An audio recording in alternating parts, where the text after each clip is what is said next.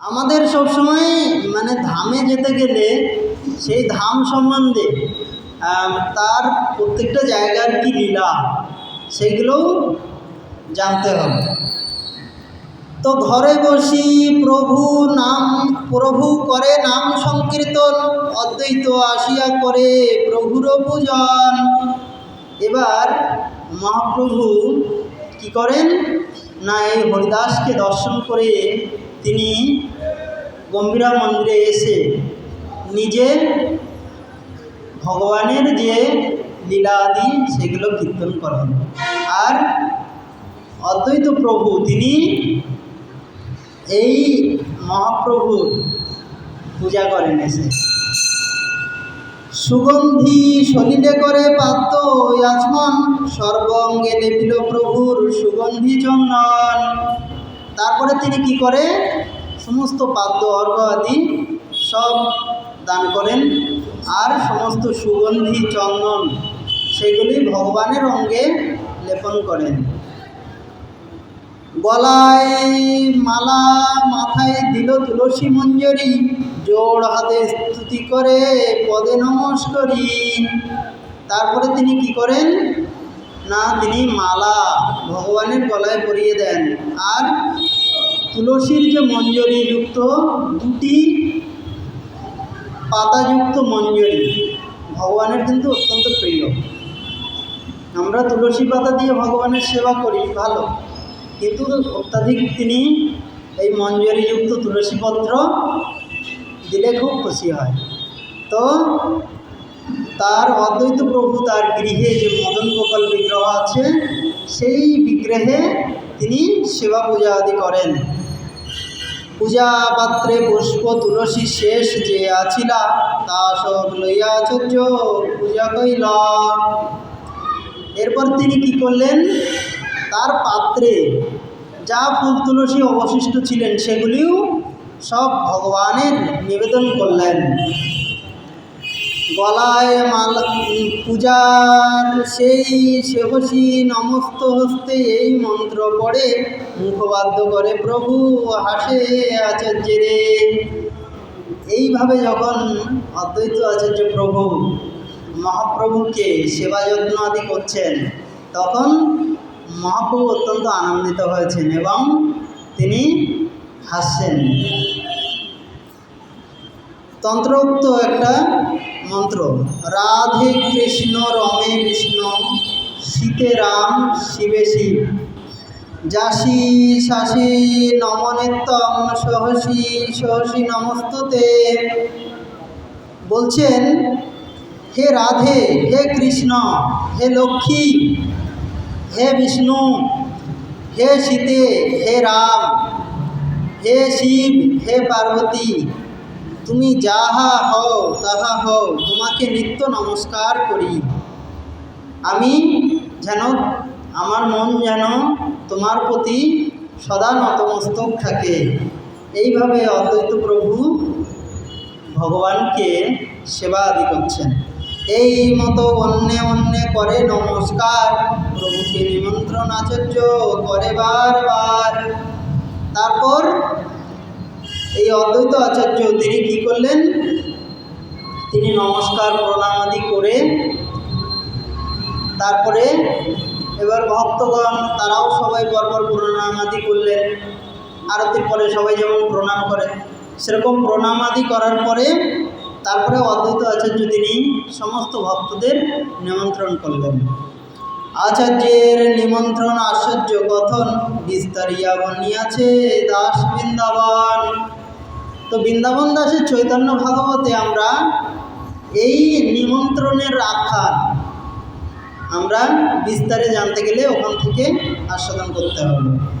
তো পুনরুক্ত যাহা হয় করিলে বর্ণন, আর ভক্তগণ প্রভু কইল নিমন্ত্রণ। এখানে তো বেশি বলা হয়নি, কিন্তু চৈতন্য ভাগবতে বিস্তারিত বর্ণনা করা আছে। তাই বলছেন যে পুনরায় আমরা গ্রন্থ বেড়ে যাবে বলে আর বলা হলো না। তো সমস্ত ভক্তদের তিনি নিমন্ত্রণ করলেন। এক এক দিন এক এক ভক্ত করেন মৎসব, প্রভু সঙ্গে তাহা ভোজন করেন ভক্তগণ। তো এক এক ভক্তগণ তাঁরা এক একজন এক এক দিনের দায়িত্ব নিয়ে নিয়েছে। আজকে আমার দায়িত্ব, আমি সমস্ত ভক্তগণকে এবং মহাপ্রভুকে প্রসাদ পাওয়াবো। তারপরের দিন আরেকজন ভক্ত দায়িত্ব নিয়েছে, আজকে আমি দায়িত্ব নিলাম, অমুক দিন সমস্ত ভক্তগণ আমার তরফ থেকে সবাই প্রসাদ পাবেন। এইভাবে এক একজন ভক্ত এক এক দিনের দায়িত্ব নিলেন এবং এইভাবে সেখানে 4 মাস অদ্বৈত প্রভু এবং বাংলার থেকে প্রচুর ভক্তগণ গেছেন, গিয়ে সেখানে অবস্থান করছেন। 4 মাস রহিলা তথা সবে মহাপ্রভু সঙ্গে, জগন্নাথের নানা যাত্রা দেখেন মহারঙ্গে। তো জগন্নাথের যে শুধু রথযাত্রা হয় এটা তো এমন নয়, স্নান যাত্রা, চন্দন উৎসব, হ্যান ত্যান আরও অনেক প্রকারের উৎসব হয়। এই যে চাতুর্মাস্য ব্রত, এই চাতুর্মাস্য ব্রতে বাংলা থেকে অনেক ভক্তরা সেখানে গিয়ে মহাপ্রভুর সান্নিধ্য লাভ করেন এবং মহাপ্রভুর যে কীর্তন, আনন্দ, নৃত্যগীত আদি সেখানে তারা সম্মিলিত হয়ে চাতুর্মাস্য ব্রত করতেন। এবার তখনকার দিনে তো এখনকার মতো ট্রেন ছিল না, তো যেতে গেলে প্রায় 1 মাস লেগে যেত, আর আসতে গেলে 1 মাস, মানে ভাবতে পারছেন একটা বছরের পুরো হাফ 6 মাস ওখানেই তারা ব্যয় করে ফেলতেন। কৃষ্ণ জন্মযাত্রা দিনে নন্দ উৎসব, গোপবেশ হইয়া প্রভু লইয়া ভক্ত সব। তো একদিন কৃষ্ণ জন্মাষ্টমীতে তো মহাপ্রভু নন্দ উৎসব করছেন। নন্দ উৎসবে সবাই গোয়ালা সেজেছে, সমস্ত ভক্তগণ, আর খুব আনন্দ করছেন। দধি দুগ্ধ ভার প্রভু নিজ গন্ধে করি, মহাপ্রভুর স্থানে সব আইলা বলি হরি হরি। মহাপ্রভু হরি হরি করতে করতে নিজের কাঁধে করে তিনি দধি দুগ্ধের ভাণ্ড নিয়ে উৎসবে নৃত্য গীত আদি করছেন। কানাই খুটিয়া আছে নন্দবেশ ধরি, জগন্নাথ মাইতি রইয়াছে ব্রজেশ্বরী। আর সেখানে নন্দ যশোদার দরকার, তো নন্দ উৎসব করতে গেলে তো তিনি কানাই খুটিয়া আর এই জগন্নাথ মাইতিকে যশোদা মা সাজিয়েছেন, আর কানাই খুটিয়াকে তিনি নন্দবেশ দিয়েছেন। তো তারা নন্দরানী আর যশোদা সেজে সেখানে আস্বাদন করছেন আর সমস্ত ভক্তদের সেই লীলাটা আস্বাদন করাচ্ছেন। আপনে প্রতাপরুদ্রয় আশি মিশ্র কাশী, সার্বভৌম পরিছায় রাজপাত্র তুলসী। আর সেখানকার যে রাজা প্রতাপরুদ্র তিনি এবং কাশী মিশ্র তিনিও এসেছেন, সার্বভৌম ভট্টাচার্য এবং তার যত শিশু সামন্ত আদি তাঁরা সবাই এই লীলা আস্বাদন করছেন। তা সবালয়ে প্রভু করে নিত্য রঙ্গ, দধি হরিদ্রা জলে ভরে সবাকার অঙ্গ। তো আমরা যখন মহন্ত বিদায় হয় তখন দেখবেন যে দধির ভাণ্ড আছাড় মেরে ভেঙে ফেলা হয়। তো এখানে প্রতিদিনই ভগবান এই সমস্ত লীলা আদি করেন এবং যে হলুদ জল, মানে দধির ভাণ্ড ভাঙলে যেমন হলুদ জল সবার গায়ে ছিটানো হয়, এসব লীলাও আস্বাদন করেন এবং সবাই খুব আনন্দ করেন। অদ্বৈত কহেন সত্য কহি করিহ না করিহ গো, লগুড় ফিরাইতে পারো তবে নাহি গো। এবার অদ্বৈত প্রভু একটু মজা করে বলছে, লগুড় মানে লাঠি। ব্রজবাসীরা দেখবেন লাঠির ওপর ভর করে ওরা দাঁড়িয়ে থাকে, বা অনেকক্ষণ দাঁড়িয়ে থাকতে গেলে হাত পাতে ব্যথা করে, তো লাঠি থাকে ওদের হাতে, সেটা মানে ব্যবহার করার কিছু কৌশল জানতে হয়। তো একজনকে তিনি বলছেন যে আপনি রেগে যাবেন না, কিন্তু আপনি তো লাঠিটা ঠিকভাবে ব্যবহার করতে পারছেন না। তবে লগুড় লইয়া প্রভু ফিরাইতে লাগিলা, বারবার আকাশে ফেলি লুকিয়া ধরিলা। তো মহাপ্রভু লাঠিটা নিয়ে এবার লাঠিটা কিভাবে কায়দা করে ঘোরানো যায় এবং বারবার আকাশের দিকে তুলে ছুটছেন, আবার বারবার হাতে ধরে ফেলছেন, এইভাবে তিনি অনেক রকম খেলা দেখাচ্ছেন। শিরের উপর সম্মুখে পৃষ্ঠে দুই পাশে পাদ সন্ধে ফিরাইল গুড়, লোক দেখি হাসে। এবার লাঠিটা তিনি কায়দা করে ডান পাশে বাম পাশে সামনে পিছনে উপরে দুই পায়ের মধ্যে বিভিন্নভাবে কায়দা করে ঘোরাচ্ছেন, আর সমস্ত লোক দেখে খুব আনন্দিত হচ্ছেন। বলা তো চক্র প্রায় লাগুড় ফিরায়, দেখি সব লোকে চিত্তে চমৎকার চমৎকার হয়। তারপরে তিনি কি করছেন, লাফিয়ে উঠেছেন এবং লাঠিটা মাটি মানে নিজের পায়ের নিচে ঘোরাচ্ছেন। এবার সবাই দেখে অবাক হয়ে যাচ্ছে যে মানুষ ফাঁকা জায়গায় কী করে থাকে, সাধারণ মানুষের পক্ষে সম্ভব নয়, কিন্তু ভগবান এই সমস্ত লীলা করে ভক্তদের আনন্দ দিচ্ছেন। এই মতো নিত্যানন্দ ফিরায় লাগুড়, কে জানিবে তাহা দোহার গোপভাব দূঢ়। তো এইভাবে নিত্যানন্দ প্রভুও লাঠি ঘুরিয়ে ভক্তদের আনন্দ দিচ্ছেন। এই সমস্ত দর্শন করে সমস্ত ভক্ত অত্যন্ত বিস্মিত হচ্ছেন। প্রতাপ রৌদ্রের আজ্ঞায় পড়ি ইচ্ছা তুলসী, জগন্নাথের প্রসাদে এক বস্ত্র লইয়া আসি। তো রাজা প্রতাপরুদ্র তিনি আজ্ঞা দিলেন, তুলসী বলে তার এক মানে সার্বভৌম ভট্টাচার্যের এক সেবক ছিলেন, শিষ্য, তিনি তাকে আজ্ঞা দিলেন যে জগন্নাথ দেবের একটা প্রসাদী বস্ত্র নিয়ে আসুন। তো জগন্নাথ দেবের এক প্রসাদী বস্ত্র এনে দিলেন। বহুমূল্য বস্ত্র প্রভুর মস্তকে বান্ধিল, আচার্য আদি প্রভুর সব গণে পরাইল। এবং সেই বস্ত্র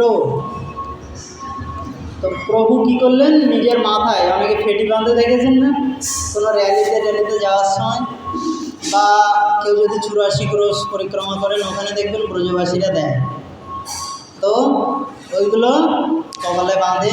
তো এই জগন্নাথ দেবের প্রসাদী বস্ত্র তিনি বেঁধেছেন এবং সমস্ত ভক্তদের দিয়েছেন, সেগুলো সবাই বেঁধে অত্যন্ত আনন্দিত করছেন। কানাই খুটিয়া জগন্নাথ দুইজন, আবেশে বিলাইল যত ছিল ধন।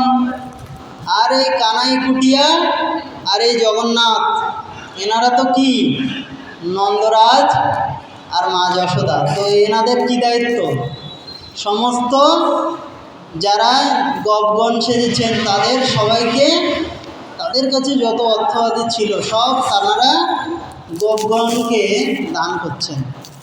যে আজকে বড় আনন্দের দিন, মানে মা যশোদা আর নন্দ মহারাজ এনারা বহুদিন অপেক্ষা করেছিলেন, প্রায় অন্তিম মানে নিজেদের বয়সের প্রায় 3 ভাগের 2 ভাগ কেটে গেছে, লাস্টের দিকে তাঁরা সন্তান লাভ করেছেন।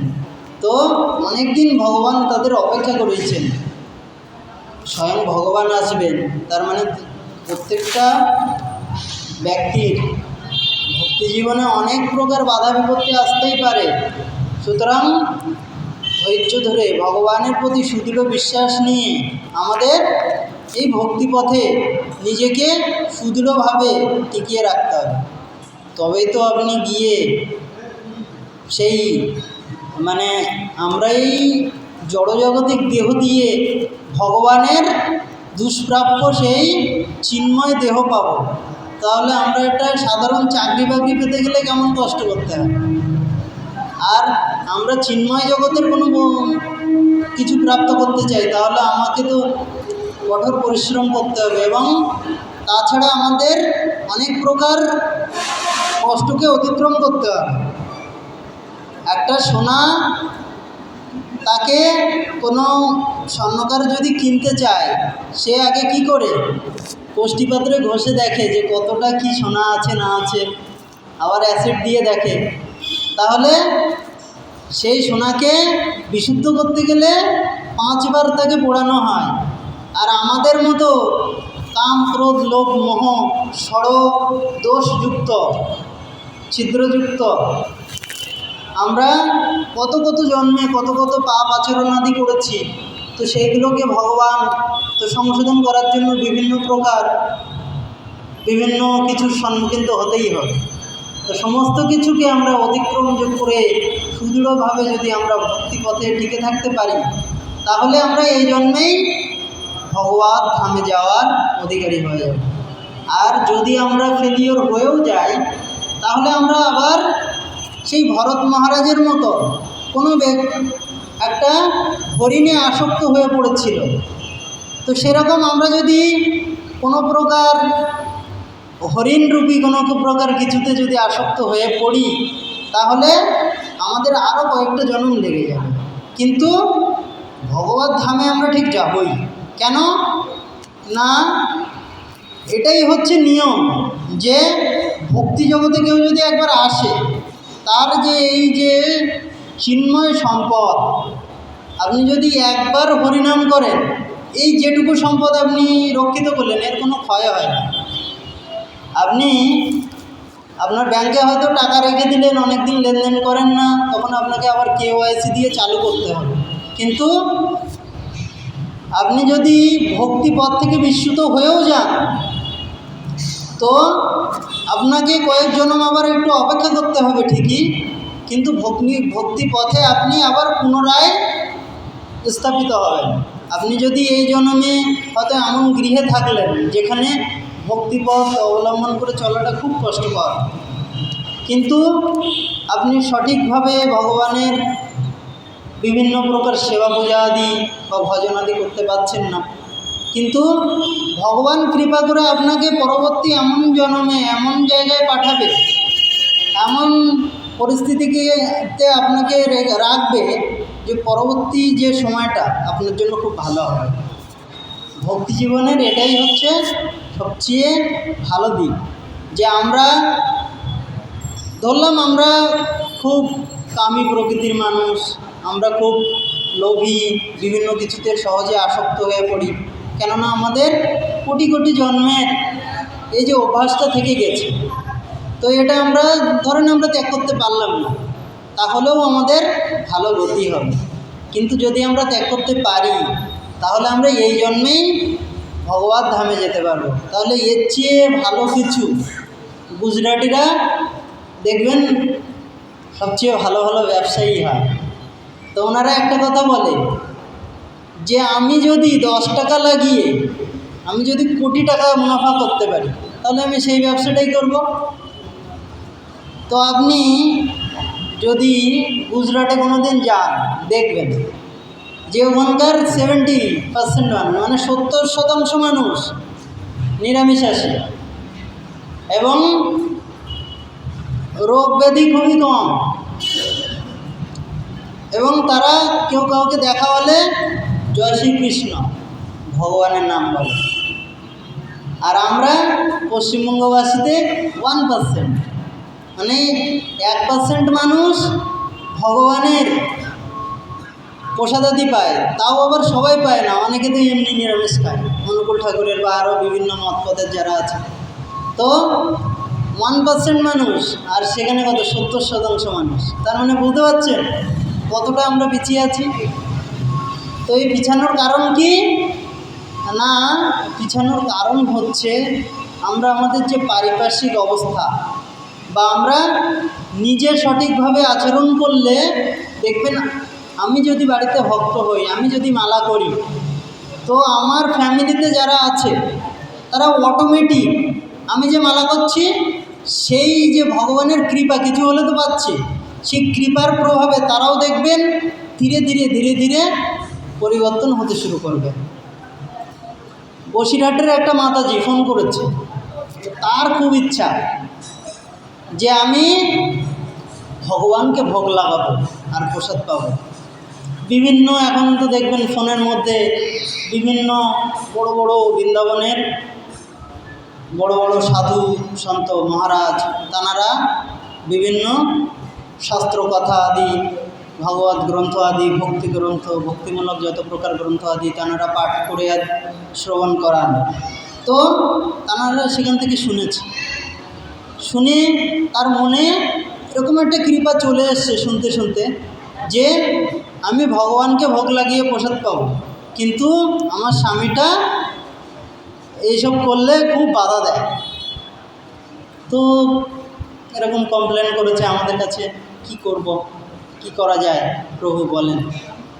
তো আমরা বলছি আমরা তো এইসব বিষয়ে খুব একটা কিছু জানি না, কিন্তু হ্যাঁ কিছু বলতে পারি যেটা শাস্ত্র বা বিভিন্ন জায়গা থেকে আমরা জানতে পেরেছি, যে আপনি কি করবেন, আপনি যখন দেখবেন উনি কোনো কাজে ব্যস্ত তখন ভগবানকে ভোগ লাগাবেন, লাগিয়ে সেই প্রসাদ উনি যা কিছু খাবার খায় তার সাথে মিশিয়ে রাখবেন। তো প্রসাদের তো কিছু ক্রিয়া হবে, তো তিনি তাই করছে। বলে তবুও আমার না ভালো লাগছে না। বলছে আপনি করতে থাকুন, হোমিওপ্যাথি ওষুধ বা কিছু কিছু ওষুধ ধীরে কাজ করে, কিন্তু কাজ ঠিক করবে। তিনি করছে তো 3-4 মাস পরে তিনি শুনল, মানে তিনি মাঝে মাঝে ফোন করে বলেন যে কতটা ডেভেলপমেন্ট হয়েছে। তো একদিন হাজব্যান্ড খুব রেগে গেছে, তো মাছ টাছ রান্না করতে বলে, ওনার খুব ইচ্ছা না রান্না করো, কিন্তু খেতে চায়, কি করবে, করে দেয়। তো এইভাবে একদিন একাদশী পড়েছে, তো উনি বলেছে আজকে মাছ টাছ কিছু রান্না করবো না। তো স্বামীর সাথে খুব ঝগড়া লেগে গেছে। আগে ডেলি করে দিত, আর এখন যদি আপনি নতুন নিয়মকানুন না নেন রেগে তো যাবেই। তো তিনি বলেছে হ্যাঁ আজকে আমি করবো না, কিন্তু কালকে করে দেবো। তো এইভাবে তো ইনি আস্তে আস্তে ভক্তিপথে যখন অগ্রসর হচ্ছেন, তখন তার স্বামীও আস্তে আস্তে দেখছেন যে ভক্তিপথে যাচ্ছে, প্রতিদিন গান টান বাজায়, ভালো করে ভগবানের সেবা পূজা আদি করে। তো তিনি দেখছেন যে আগে কত কিছু বায়না করতো, আজকে এই মাছ আনতে হবে সেই মাছ আনতে হবে, এখন আর কিছু বলে না। তারপরে কোনো চাহিদা নেই, কিছু নেই, খালি ভগবানের সেবার জন্য ফুল তুলসী যা লাগে সেটুকু কোনো দিন যদি বাড়ি থেকে হয়ে যায় তো চায় না, আর একটু কোনো একাদশী টসী আসলে তখন একটু এনে দিতে বলে, এই ছাড়া আর কিছু না। তো কোনো নিমন্ত্রণ বাড়ি গেলে সেখানে যেটা নিরামিষ সবজি সেটা দিয়ে খেয়ে আসে, আর কিছু খায় না। তো এরকমভাবে যখন তিনি দেখছে, তো তার স্বামীর মধ্যেও কিছু কিছু পরিবর্তন চলে এসছে। তো কোনো জায়গায় যেখানে ভগবানের কীর্তনাদি হয়, তিনি যখন অফিস টফিসে যান, তো জানতে পারলে তিনি এসে এখন খবর দেয় যে অমুক জায়গায় ভাগবত পাঠ হবে, যাবে, গেলে যাও। তো এইভাবে ধীরে ধীরে পরিবর্তন হচ্ছে। আর তিনি সেখান থেকে ভগবানের ভক্তদের কাছ থেকে তিনি প্রার্থনা করেন, প্রভু কৃপা করবেন, আমি যেন আরও ভক্তিপথে অগ্রসর হতে পারি। এইভাবে তিনি বারবার প্রার্থনা করেন। এমতো অবস্থায় অগ্রসর হচ্ছেন ধীরে ধীরে।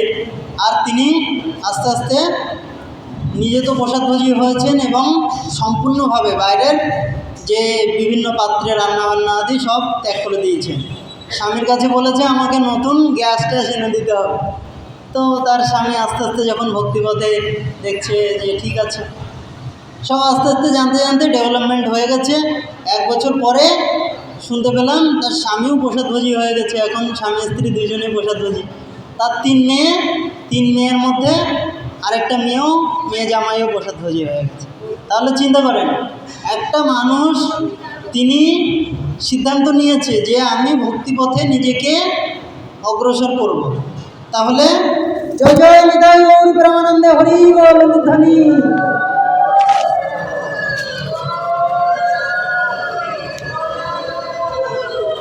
তাহলে যে কোনো ব্যক্তি, কোনো সন্তানও দেখবেন, কিছু কিছু সন্তান ফ্যামিলিতে এমন আছে, কোনো একটা মেয়ে বা কোনো একটা ছেলে ভক্তিপথে এমন অগ্রসর হয়ে গেছে, বাবা মা ভাবছে যে এই ছেলেকে বিয়ে দেবো কী করে, এই করবো কী করে।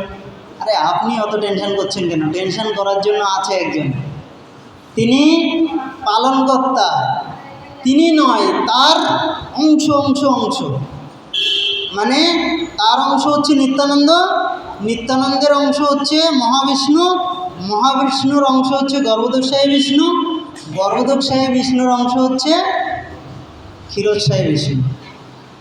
সেই বিষ্ণু সমস্ত কিছু পালন করে, ভগবানকে কিছু করতেও হয় না। আর আপনি তো ভগবানের শরণাপন্ন হয়েছেন, মানে খুব উচ্চতর স্থান। আপনাকে কোনো কিছু চিন্তা করার দরকারই নেই। ভগবান আপনার জন্য সমস্ত কিছু, সবচেয়ে ভালো কিছু ব্যবস্থা আপনার জন্য করবেন। এই বিষয়ে আমাদের কোনো সন্দেহ থাকা উচিত নয়। তবুও আমরা সন্দেহে পড়ে যাই, তবুও আমরা চিন্তিত হই। কেন না, কোটি কল্পকাল ধরে তো আমরা এই অপরাধজনিত কর্ম করছি। একটা অপরাধীকে আপনি আজকে বলবেন যে আপনি ভালো হয়ে যা, হবে? হবে না, সময় লাগবে। কিন্তু সেই অপরাধী যদি মনে করে যে আমি ভালো হব, তাহলে সে অবশ্যই হতে পারে। তাই জন্য আমাদের একটু একটু করে ভক্তি পথে নিজেকে বিভিন্ন সেবার মাধ্যমে নিজেকে নিয়োজিত করতে হবে। এই যে দেখেন, অনেক মায়েরা এসছেন ভগবানের এখানে, তো কিছু ভক্তরা থাকে, তো সেই ভক্তদের সেবার জন্য তথা ভগবানের সেবা হয়। তো সেখানে সবজি আমানি করেন, কেউ আছে এই যে ফুলের মালাটা কেউ না কেউ তো বানিয়েছে, কেউ এইখানে ইলেকট্রিকের কাজগুলি করেছে, কেউ এই লাইটগুলি দান করেছে, ফ্যানগুলি দিয়েছে, কেউ ফুলের মালা কিনে দিয়ে যায় ভগবানের সেবার জন্য, কেউ প্রসাদ আদি দিয়ে যায়। তো কোনো না কোনো প্রকারের সেবা যদি আপনি মনে মনেও যদি করেন, মনে মনে করতে তো আর পয়সা লাগছে না, তাও করা যায়। কিন্তু আপনি যদি আমরা যদি স্টার্টিংয়ে না শিখি, তাহলে কিন্তু সঠিকভাবে সেটা হয় না। তাই সাক্ষাতে কিছু প্রকারের সেবা, যার যেমন সামর্থ্য, আপনি যদি মনে করেন আমি 1 টাকা দিতে পারবো প্রত্যেক একাদশীতে এসে মন্দিরে, তাই দেবেন। কিন্তু ওই যে সেবাটা আপনি করছেন না, আপনি এখন বুঝতে পারবেন না। এক সময় ওই সেবাটাই আপনাকে ভগবানের ধামে নিয়ে যাবে, এবং আপনার যে চিন্ময় যে শরীর প্রাপ্ত করাবে, সেই শরীরের কোনো প্রকার ক্ষয় নেই, আর সদা সর্বক্ষণ ভগবানের সেবা করতে পারবেন, সাক্ষাৎ সেবা। আমরা শ্রীমদ্ ভাগবতে আস্বাদন করতে পারি যে ধ্রুব মহারাজ, অনেকে বলে না যে ভক্তি টক্তি, এই মালা তিলক, এই সমস্ত কিছু এ তো বয়সকালে করার কাজ, এই ছোটো বয়সে করলে এই সমস্যা হবে, সেই সমস্যা হবে, বাইরে যেতে পারবে না, এই সেই। কই, আমরা তো ছোটোবেলার থেকেই ভক্ত। কী হয়েছে? কোনো সমস্যা, কোনো অসুবিধা কিছুই নেই। এরকম অনেক ভক্ত পাবেন। ধ্রুব মহারাজ, যিনি 5 বছর বয়সে বৈকুণ্ঠ ধামে অবস্থান করছেন। আমরা যে ধ্রুব তারা দেখি, উনি। তাহলে চিন্তা করতে পারছেন, তিনি প্রথমে যখন ভক্তিপথে গেছিলেন, কি কারণে গেছিলেন না, তার ইচ্ছা ছিল যে ভাইয়ের মতো বাবার কোলে উঠবো আমি। তখন তার মা সুরুচি, তার ভাইয়ের মায়ের নাম হচ্ছে সুরুচি, আর তার নিজের মায়ের নাম হচ্ছে সুনীতি। তো সুরুচি বলেছিল যে তুই যেদিন আমার গর্ভে জন্মগ্রহণ করতে পারবি, সেই দিন পিতার কোলে ওঠার স্বপ্ন দেখিস, তার আগে না। তো বলে, মা সেটা করতে গেলে কি করতে হবে? বাচ্চা মানুষ তো। তখন বলে যে শ্রী হরির আরাধনা করতে হবে। শ্রী হরি যদি চায়, তাহলে তুই আমার সন্তান রূপে যদি আমার গর্ভে আসতে পারিস, তাহলে পিতার কোলে চড়ার যে আনন্দ, সেটা উপভোগ করতে পারবি। তো ধ্রুব মহারাজ পিতার কোলে উঠবে এটুকু আশা নিয়ে তিনি ভগবানের ভক্তি করতে লেগেছিলেন। আর ভগবানের ভক্তি করতে করতে তার আশাটা পরিবর্তন হয়ে গেছে। যখন তিনি ভগবানের সাক্ষাৎকার লাভ করলেন তপস্যা আদি করার পর, তো সেটা সেই সময়ে তপস্যা করতে হতো, আর এখনকার সময় কি করতে হয়? কীর্তন, হরিনাম কীর্তন। আপনি মালায় করেন, মুখে করেন, আপনি এই যে ভাগবত কথা শুনছেন, এটাও এক প্রকার কীর্তন। সুখদেবের কীর্তন বলা হয়।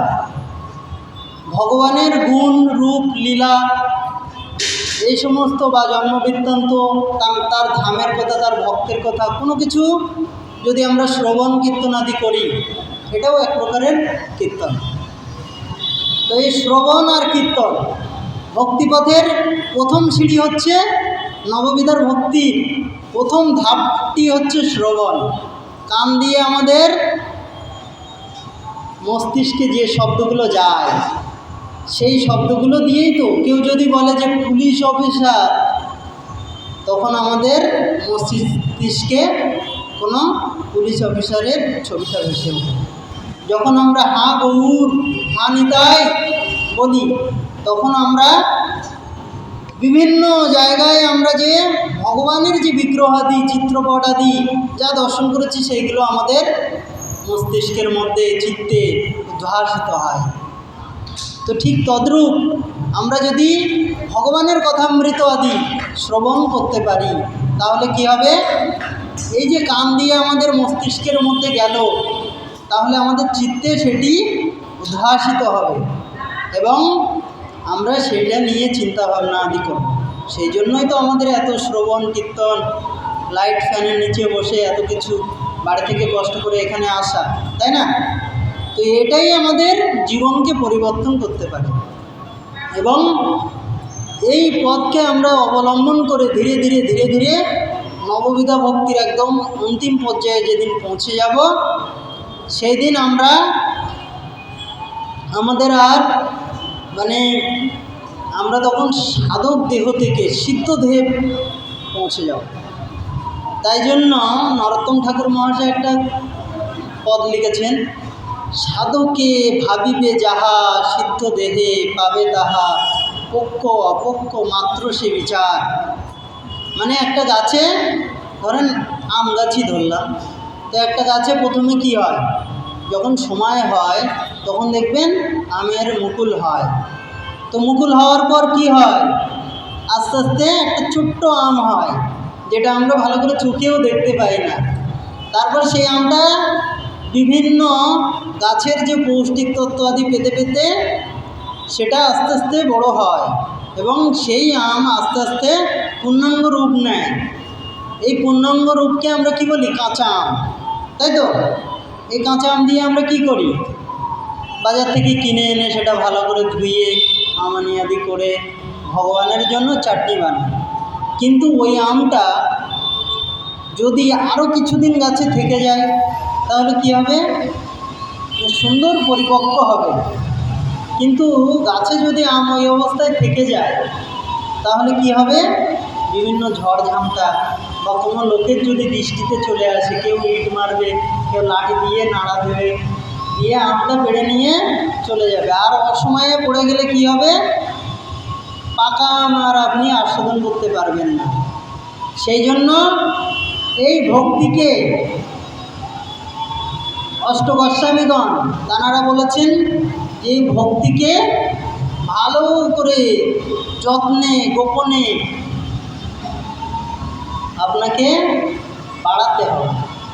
ভক্তিটা যদি পূর্ণাঙ্গ অবস্থায় একবার চলে আসে, আর সামান্য কিছু সময়ের পর আপনি সিদ্ধ দেহে ভগবানের সেই চিন্ময় দেহ পেয়ে যাবেন। এই দেহটাকে এখানে সিদ্ধ দেহ বলা হচ্ছে। এই দেহ যদি একবার পেয়ে যান, তাহলে আপনার আর কোনো প্রকার কষ্ট সেখানে নাই, শুধু আনন্দ আর আনন্দ। আর সেখানে ভগবানের আপনার যে সেবা গুরুদেব দেবেন, সেই সেবা আদি করবেন আর খুব আনন্দের সহিত সেখানে অবস্থান করবেন। এই জন্য আমাদের ভক্তিপথে এত কিছু করা। তো এইভাবে প্রভু সমস্ত ভক্তদের নিয়ে খুব আনন্দে সেই লীলাচলে অবস্থান করেন। আর লীলাচল থেকে যখন ভক্তেরা নবদ্বীপে বা বিভিন্ন জায়গা থেকে, আমাদের কলকাতা থেকেও অনেক ভক্তেরা যেতেন, তো তাঁরা যখন এই বঙ্গের বিভিন্ন জায়গা থেকে যারা যেতেন, যখন তাঁরা এসে ফিরে আসতেন নবদ্বীপে আসার পর তাঁরা অত্যন্ত আনন্দের সহিত তারা যারা নবদ্বীপে অবস্থান করেন, সচিমাকে গিয়ে নিবাইয়ের খবরাখবর, সে কীভাবে সমস্ত ভক্তদের সহিত আনন্দ করতেন, প্রত্যেকটা লীলা ভক্তেরা গিয়ে শোনাত। যেমন আপনারা কোথাও ধামে দর্শন করতে গেলে কি হয়, পাড়ায় যারা থাকে যাদের সাথে আপনাদের ভালো কথাবার্তা হয়, তারা জানতে চায় কোথায় কী দর্শন করলেন, কীভাবে ছিলেন, কী প্রসাদ পেলেন, কী করলেন, কী বৃত্তান্ত, সব জানতে চায়। তো এটা বলাটাও আপনার ভক্তিকে বাড়াবে।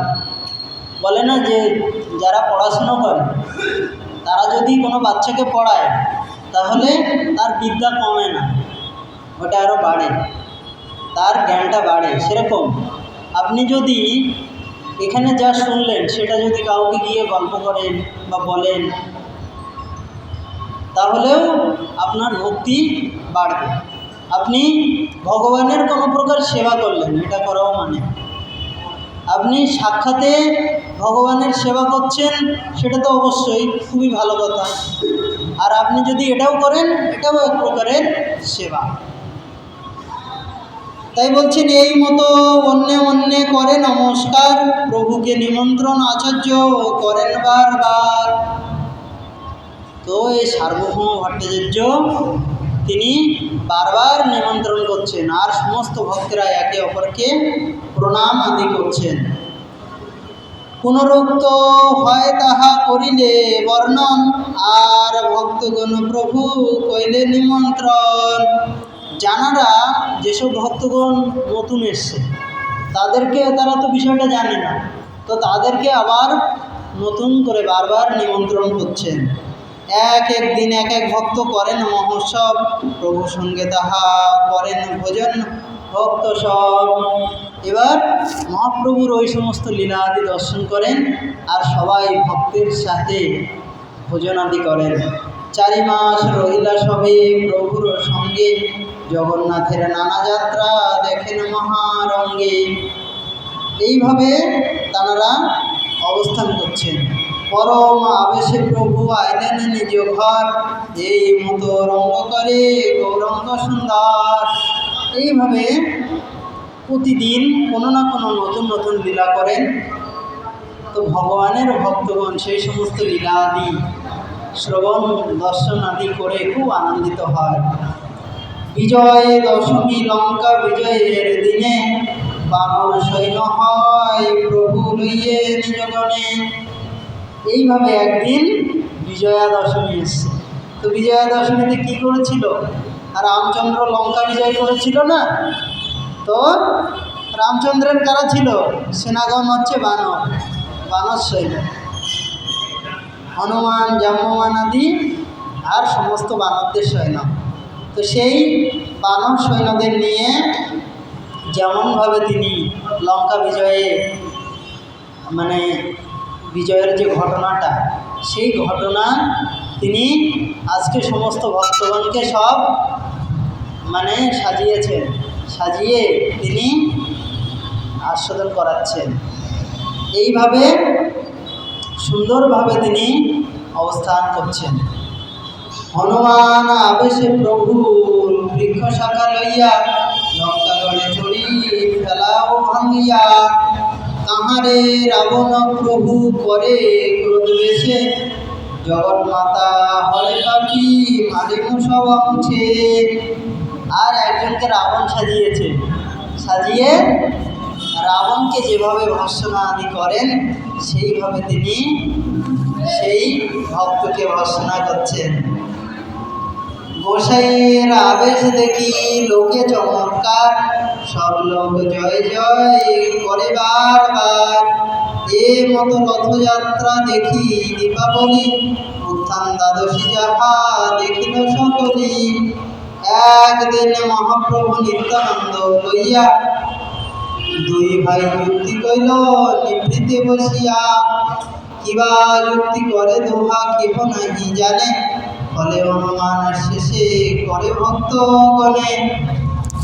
এইভাবে তিনি রাসলীলা, দীপাবলি, উত্থান দ্বাদশী, এই সমস্ত যাত্রা আদি সব ভক্তগণ এবং নিজেরা প্রত্যেককে সাজিয়ে কিভাবে সেই ঘটনাগুলি হয়েছিল সেই ঘটনাগুলি সবার সামনে প্রস্তুত করতেন।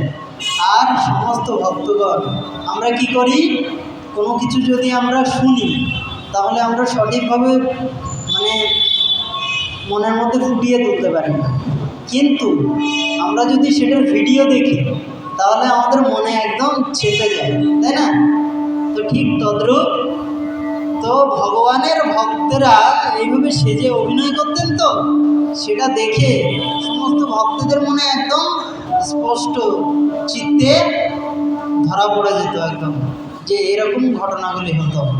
তাই মহাপ্রভু ভক্তদের সেইভাবে সাজিয়ে সমস্ত কিছু, সমস্ত লীলা আদি ভক্তের হৃদয়ে যেন একদম বসে যায়, সেইভাবে তিনি দেখাতেন এবং আস্বাদন করাতেন। এইভাবে একদিন নিত্যানন্দ প্রভু আর মহাপ্রভু তো একান্তে গিয়ে কিছু আলোচনা করছেন। তো ভক্তগণ ভাবছেন কী হলো, অন্যান্য দিন তো এমন হয় না, কী ব্যাপার আজকে দুই প্রভু এক জায়গায় হয়ে কি আলোচনা করছে। তো বিভিন্ন ভক্তের যার যেমন মতামত তারা বিভিন্নভাবে ভাবছেন।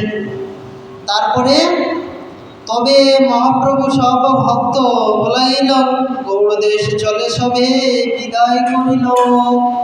তো এইভাবে যখন চাতুর্মাস্য ব্রত সম্পন্ন হয়ে গেছে, তো একদিন নিত্যানন্দ প্রভুকে ডেকে তিনি বললেন যে তুমি যদি এখানে পড়ে থাকো তাহলে বঙ্গদেশে, সেখানে বাংলা, বিহার, উড়িষ্যার তিনটেকে নিয়ে গৌড়দেশ বলা হতো। তো এখানকার ভক্তদের গৌড় বা গৌড়বাসী। তো এই সমস্ত ভক্তেরা তখন কি করলো না, সব নেগেটিভ হয়ে পড়বে। ভক্তি পথে যতটুকু অগ্রসর হয়েছে, কোনো স্কুলে ধরেন একটা মাস্টার ক্লাসই নেয়, তো ছাত্ররা পড়বে না, ফাঁকি দেবে। আর ফাঁকি দিলে কী হবে, রেজাল্ট খারাপ হবে। তো ভগবানের সমস্ত ভক্তেরা, ভগবান এসছেন, তার যে ভক্তগণের যে লীলা আনন্দ সমস্ত কিছু তারা দর্শন করেছেন। মহাপ্রভু এবার লীলাচলে থাকেন, তাহলে সমস্ত ভক্তেরা চাতুর্মাস্য ব্রত করার জন্য সবাই লীলাচলে চলে গেছে। তো এই ভক্তেরা এখন আর থাকবে? এখন থাকবে বটে, কিন্তু ভক্তিতে তাদের ঢিলামি চলে আসে।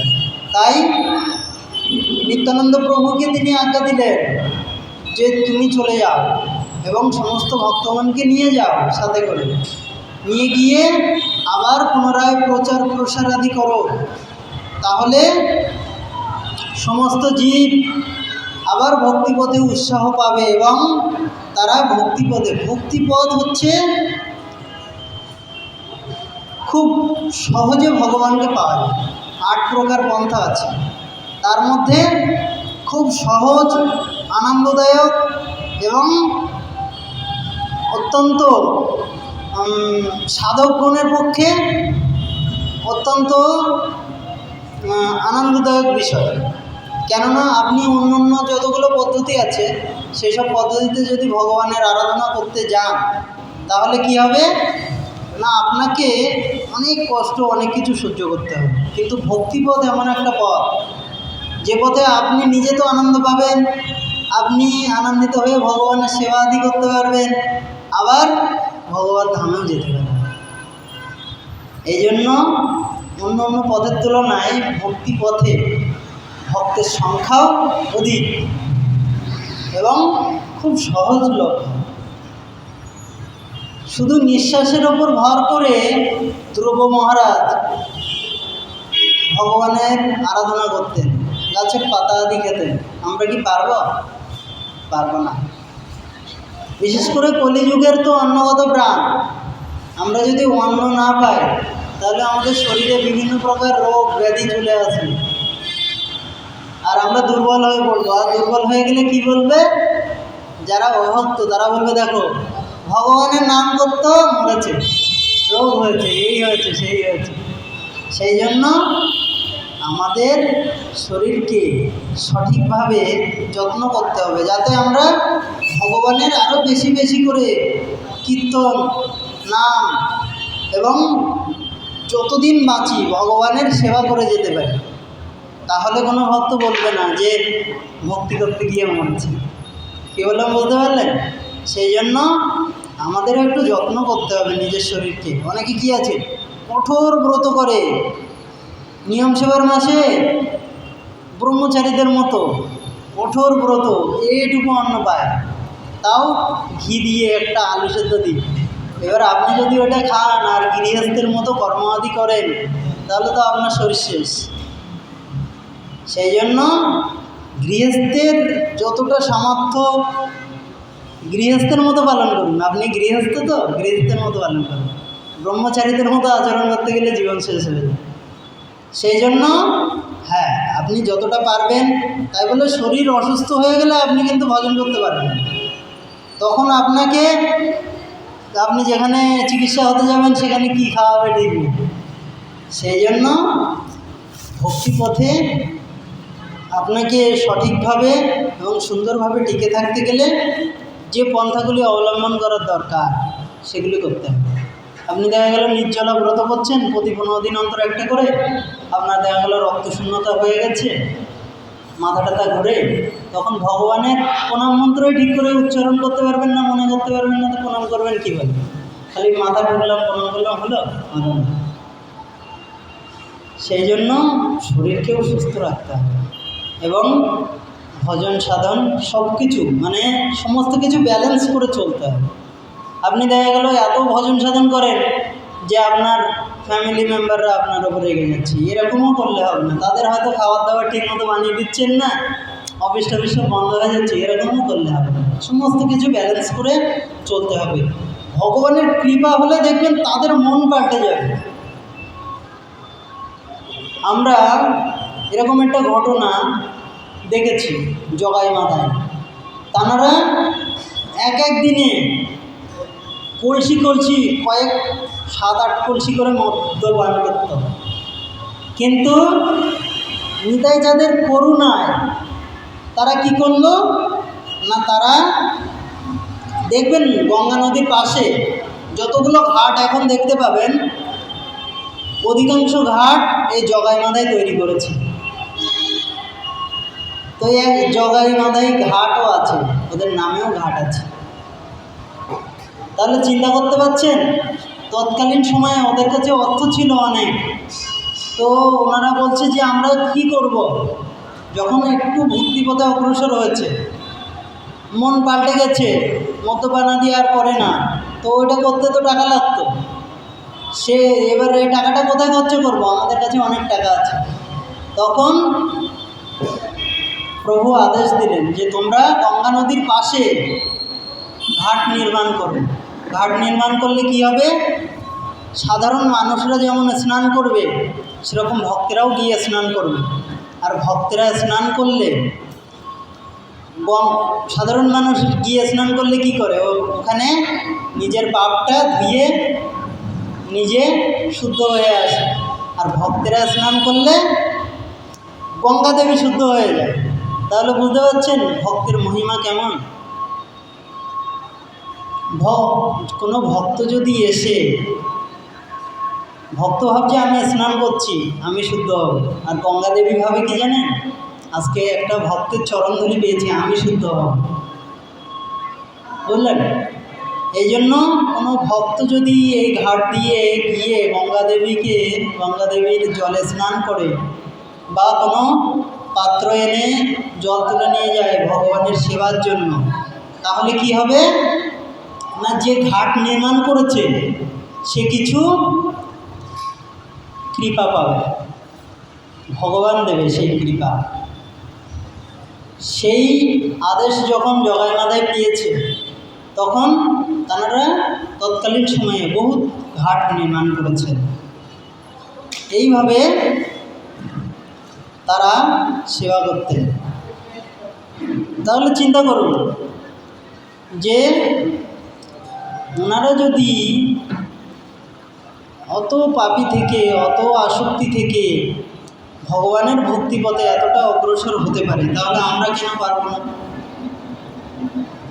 আমরাও তো শ্রী গুরুদেবের চরণ আশ্রয় করে ভগবানের ভক্তি পথে, মানে ভগবানের শ্রী গুরুদেবের মুখামৃত যে বীজ, ভক্তি কল্পবল্লরীর যে বীজ, সেটা তো আমরাও হৃদয়ে ধারণ করেছি। শ্রী গুরু মহারাজের তো কিছু কৃপা আমরাও পেয়েছি, তাহলে আমরাও ভক্তিপথে অগ্রসর হতে পারব কিছু সময়ের অপেক্ষা।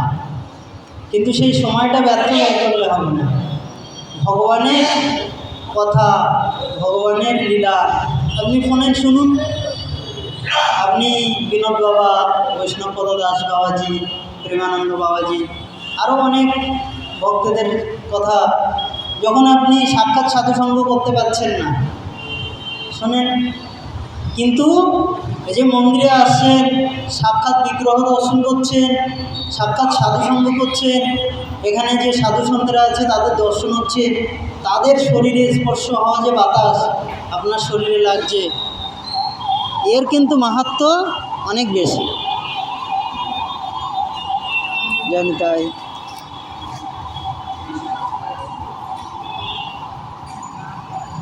জানি তাই। জয় গৌর, জয় রাধেশ্যাম, জয় নিতাই, জয় নিতাই, জয় গৌর, জয় নিতাই। তো এই যে সাক্ষাৎ সাধুসঙ্গ বলছেন, আপনি দূর থেকে শুনলে যদি যা ফল পাবেন তার সহস্রগুণ ফল পাবেন সাক্ষাৎ সাধুসঙ্গ। এই জন্য যদি আপনি শুনতে পান যে অমুক জায়গায় হরিকথা হচ্ছে, চলে আসেন। তাতে কারোর কিছু লাভ হোক না হোক, নিজের লাভ হবে। আর প্রত্যেক মানুষ চায় যে আমার লাভ হোক। সুতরাং নিজের কল্যাণের জন্য আগে তো নিজে বাঁচি, তারপরে তো লোকের কথা চিন্তা হবে। তো নিজের ভক্তিকে বাড়ানোর জন্য শ্রবণ কীর্তনাদিতে অংশগ্রহণ করতে হবে। এতে করে আমরা আমাদের ভক্তি পথে যতটুকু, মানে আপনি যদি একা একা ভজন সাধন করতে চান, তাহলে আপনি সেই একটা পদ আছে না, যে একাকী আমি নাই পাই বল, হরিনাম সংকীর্তনে তুমি কৃপা করি শ্রদ্ধা বিন্দু দিয়া, দেহ কৃষ্ণ নাম ধনে, কৃষ্ণ সে তোমার, কৃষ্ণ দিতে পারো, তোমারও শক্তি আছে, আমি তো কাঙ্গাল, কৃষ্ণ কৃষ্ণ বলি ধাই তব পিছে পিছে। কাকে বলছে? ভক্তকে। কারণ ভগবান হচ্ছে ভক্তি যার, ভগবান তার। শ্লোকে বলছে ভক্তিবশ পুরুষ, মানে ভগবান হচ্ছে ভক্তির বশ। আপনি যদি আপনার ভক্তিকে বৃদ্ধি করতে পারেন, তাহলে ভগবান আপনার বশ। আপনি যদি ভগবানকে বলেন এক্ষুনি খেতে আসতে হবে, ভগবান ছুটে চলে আসবে খেতে। মা সচীদেবী তিনি যখন রন্ধন করে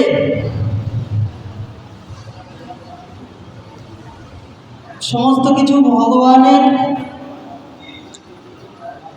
নিবেদন করে যখন আদেশ করতেন যে এবার আমার নিমাই খাবে, তখন নিমাই ছুটে চলে আসতো প্রসাদ পাওয়ার জন্য। তাহলে বুঝতে পারছেন? তো যাই হোক, আজ আমাদের যদি কোনো প্রকার ভুল ত্রুটি হয়ে থাকে কৃপা করে ক্ষমা করবেন। আর যদি ভালো কিছু কথা গৌর গোবিন্দের কৃপায় হয়ে থাকে সেটা গ্রহণ করবেন। জয় জয় নিতাই গৌর প্রেমানন্দে হরি বল।